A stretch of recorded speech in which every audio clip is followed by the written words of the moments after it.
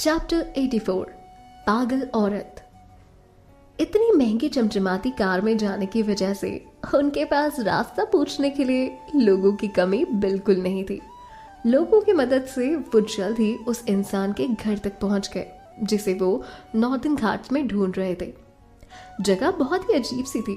एक फ्लोर का मकान था, उसके कोने जैसे टूट चुके थे, पेंट भी खराब हो चुका था और जैसे ही वो कार से उतरे तान्या और प्रखर को अंदर से भयंकर लड़ाई और किसी के चिल्लाने की आवाजें सुनाई दे रही थी।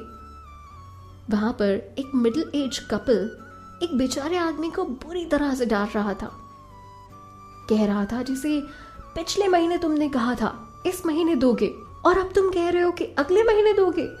तुम्हारा अगला महीना कभी नहीं आएगा, इसलिए अगर तुम हमें पैसे नहीं दे सकते हो तो हमें इस मामले में पुलिस स्टेशन जाना पड़ेगा। ये बात वहां मौजूद मिडिल एज वाले आदमी ने कही थी।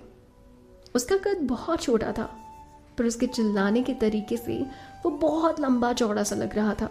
उसकी आवाज उस जगह से चारों ओर गूंज रही थी क्योंकि उसका ध्यान सिर्फ उस आदमी को डराने में था। तभी उसकी पत्नी उसके साथ कहने लगी, हाँ, अगर तुम अभी भी पैसे नहीं दोगे तो हमें तुम्हें इस वक्त पुलिस स्टेशन ले जाएंगे और फिर पुलिस ही देख लेगी कि क्या करना है।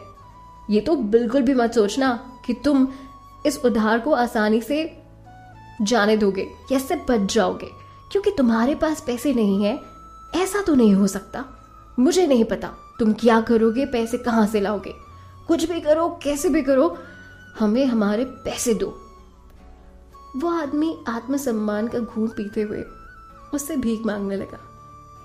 अरे आप लोग मुझ पर विश्वास करिए, मैं पैसे दे दूंगा और मैं नहीं भाग रहा हूं आपको इस पैसे देने से। मैं आपका पूरा पैसा 1 महीने में पक्का लौटा दूंगा, मेरा यकीन कीजिए। ऐसा बिल्कुल नहीं होने वाला। हमें आज ही सारे पैसे चाहिए क्योंकि अगले महीने भी तुम यही सब कहोगे जो तुमने पिछले महीने कहा था। बिल्कुल सही। अगर आज तुमने पैसे नहीं दिए तो हम तुम दोनों को, तुम्हें और तुम्हारी पागल बहन को पुलिस स्टेशन ले जाएंगे और फिर पुलिस ही देखेगी तुम दोनों का क्या करना है। पागल शब्द जैसे बहुत बहुत ज्यादा चुप गया था। वो चुपचाप उनकी गालियां सुन रहा था पर इस शब्द से वो बहुत भड़क गया और उसने कहा, मेरी बहन पागल नहीं है सर, वो पागल नहीं है, आप उसे इस तरह से नहीं कह सकते। वो दोनों उसकी इस बात से बेफिक्र थे और बस कहे जा रहे थे, चिल्लाए जा रहे थे। तभी वो औरत उसे और गुस्सा दिलाते हुए कहती है, वो पागल नहीं है तो क्या मैं पागल हूं? यहां सभी को पता है कि वो पागल है और ये पागलपन एक पागल खाने में होना चाहिए, हमारे घर में नहीं। यहां सभी लोगों के बीच उसके पागलपन से हर कोई परेशान है। अगर वो नहीं होती तो क्या मेरा घर जलता? देखो इस जगह को, देखो, ये तो हमारा दिल बड़ा है कि हमने फिर भी तुम्हें इस घर को किराए पे दिया है। तुम हमारा ये एहसान मानो, ठीक है? और तुम हमारे ये एहसान चुका कैसे पाओगे? तुमने तो ऑलमोस्ट इसे जला ही दिया था। अगर मुझे तुम्हारी बहन की मानसिक हालत के बारे में पता होता तो मैं तुम्हें ये घर कभी किराए पर नहीं देती। तभी वो आदमी उसे बार बार एक ही बात बोलने लगा, मैम, मेरी बहन पागल नहीं है। उसके पास उनके पैसे उधार थे, इसलिए वो कमजोर था और इस वजह से वो दोनों उसकी और उसकी बहन की बेइज्जती किए जा रहे थे और उन्हें अनाप शनाप बोले जा रहे थे।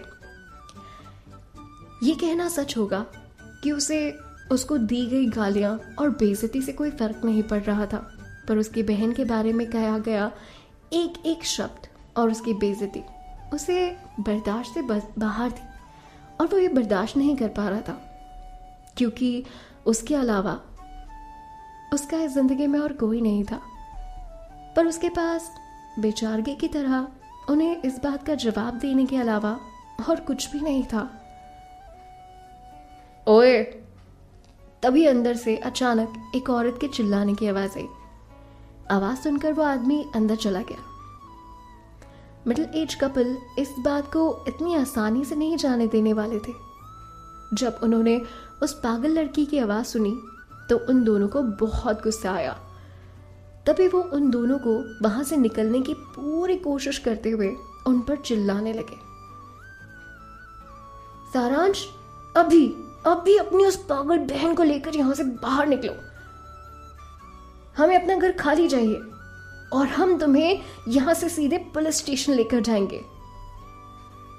तभी अचानक एक जवान लड़के ने धीरे आवाज में उनके पीछे से कहा, कितने पैसे मांगते हो? हाँ, कितने पैसे मांगते हो तुम इनसे? तभी उस कपल ने हैरानी के साथ पीछे मुड़कर देखा तो उन्हें एक चमचमाती फरारी दिखाई दी और एक शख्स भी